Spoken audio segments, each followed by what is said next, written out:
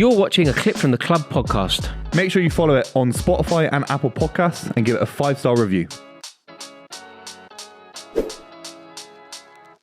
This is a clip from the Club podcast brought to you by NordVPN. If you check out NordVPN/the club, you get some major discounts on the quickest VPN of its kind on the internet. We're talking about a VPN that is as quick as Erling Haaland running through on goal.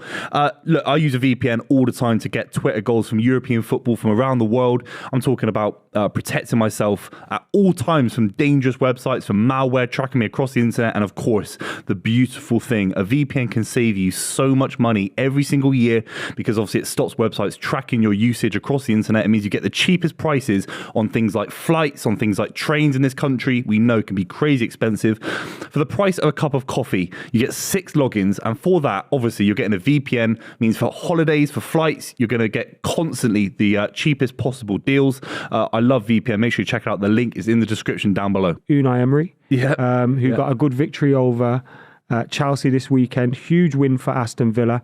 2 very good goals, Ollie Watkins and John McGinn. Graham Potter made an interesting point. Wasn't that much of an XG on John McGinn's shot, though, so it doesn't count. Did he legitimately say that? Is that but for listen, real? We're not going to focus on Chelsea right now. We're going to focus on Aston Villa because they're above Chelsea in the league. We don't talk about teams in 11th. Only Arsenal and Man City have won more points than Aston Villa since Unai Emery's arrival. Oh, God, a penny for Steven Gerrard's thoughts. That's since November. That's like Lampard with Tuchel. 29 points from 15 been? games. They've gone from 16th to 9th, and they're 1 point behind Liverpool and 2 points behind Brentford. Top 7 get Europe.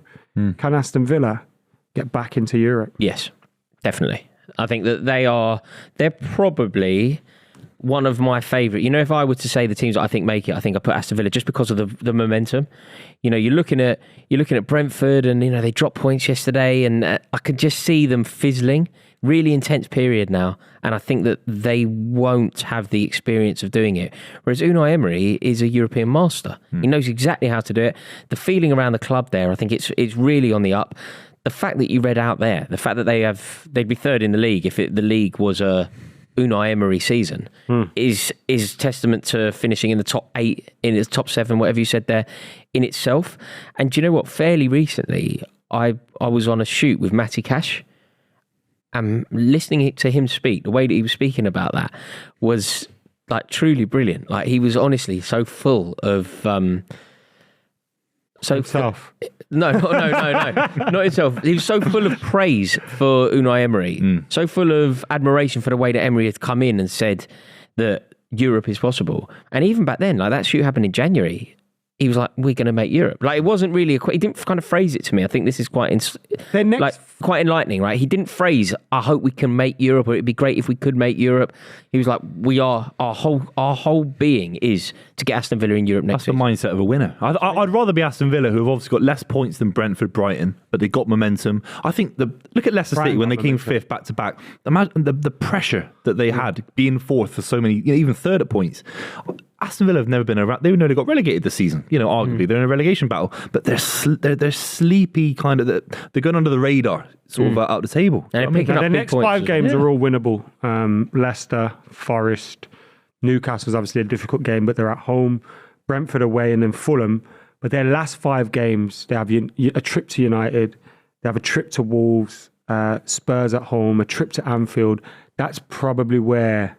Yeah, that'll be fall off. The thing is, what they'll need to do, and then Brighton at they'll home need at the to end of the have, season. they'll need to be in the spots by the time those games come around. Yeah. So they'll need to have clawed some of the points back and got themselves into one of those more privileged positions by the time those games come around. Because once they're there, it can then be about maintenance, and also by that point Manchester United might have top 4 solidified and they'll be thinking about their European games, and by that point Liverpool may have no chance of making it, for example, and they won't be committed as much. So by the time you get to that stage of the season, it's slightly different. They've got a lot of quality. I think Ollie Watkins has had a fantastic sort of 4 or 5 months for Aston Villa. Goes under the radar, a semi-England international. He was regarded in that kind of 3rd or 4th striker for England kind of category. He got a World Cup winning goalkeeper Aston Villa, John McGinn, Brent Diaz, unbelievable finish. Buendia. They got a whole heap of They signed that Diego Carlos, didn't they? Like they've got a lot of very good. And the important thing to remember as well about them, I think that their owner is sort of from one of the richest families in Egypt. With ambition, with money to back the ambition, with and the appointment of Unai Emery was inspired. Like this isn't like picking somebody out of like a lower league. Like bringing Unai Emery in he was always going to do well because he was a very good manager. And his time at Arsenal was sneered at in a really weird way, in my opinion. But for them to have the vision to sack Gerrard and bring in Unai Emery was such a wise move. And can you imagine how Gerrard feels now? Like Gerrard's got to be looking at this team, winning games and putting in performances, and they're looking like plucky and up for it and game. They're fighting. You look at the timing of them appointing Emery. I don't think Emery's still available now if they didn't appoint him. No. With the Spurs jobs come up. I think did the Wolves job come up just after the Villa job? Like there was a few jobs that... Big European job. But Unai Emery, you're right about all the clubs you said.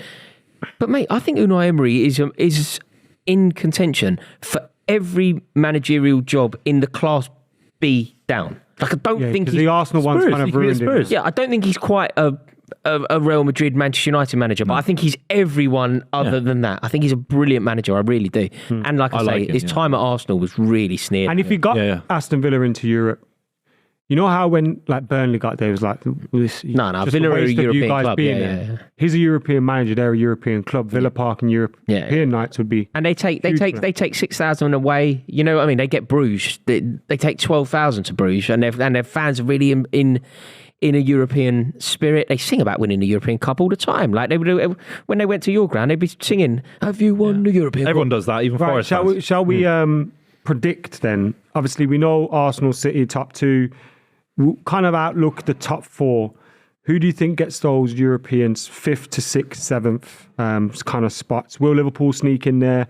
Brighton, Brentford, can Aston Villa do it? Or will those 5 fixtures at the end just kind of scupper them? Let us know. Newcastle, Villa for me are my 5th and 6th. 5 and 6. Newcastle, Villa and Liverpool will get the European 5th, 6th, spot. 7th. Yeah, I agree. Not necessarily in that order, but they're the three that will get the European spots. I think Brighton and Brentford drawing, they've been fantastic this season, and it was an incredible game on the weekend between both clubs, but they've taken points off each other. One of them had to win that convincingly to just have the mathematical advantage. And it needed to be Brighton to realistically... they've got 2 games in hand on Brentford. They've got 2 games in hand on Villa. Do you think Brighton aren't going to get I think Brighton get Europe. But not the European Cup. Not European I think it Cup. might be between Brighton and Villa. I think Newcastle... No. I think Newcastle 5th. Brighton, Liverpool. Newcastle, Brighton, Liverpool. I think Villa's last 5 fixtures are difficult, man. They're hard, yeah. Yeah, I think they are difficult. Does it not go down to 8th for that Conference League? Possibly. I'm not 100% sure. I was looking into that earlier. I feel like it changes. You were looking into that earlier, were you? I was actually, because I was interested to see if Brentford and Brighton could represent the And Premier what were League your European. conclusions then when you looked into that? It's not definite because it's still reliant on the FA Cup, etc. Okay, yeah. So if the FA Cup winner is already Depends on the FA Cup. the FA Cup winner is already in Europe. Okay, Ross. So assuming it's a United, let's say United and City got to the final, then there'd be an extra. Exactly, it European holds spot. the space for other people. But yeah, But anyway, not for Chelsea though, because you're 12th.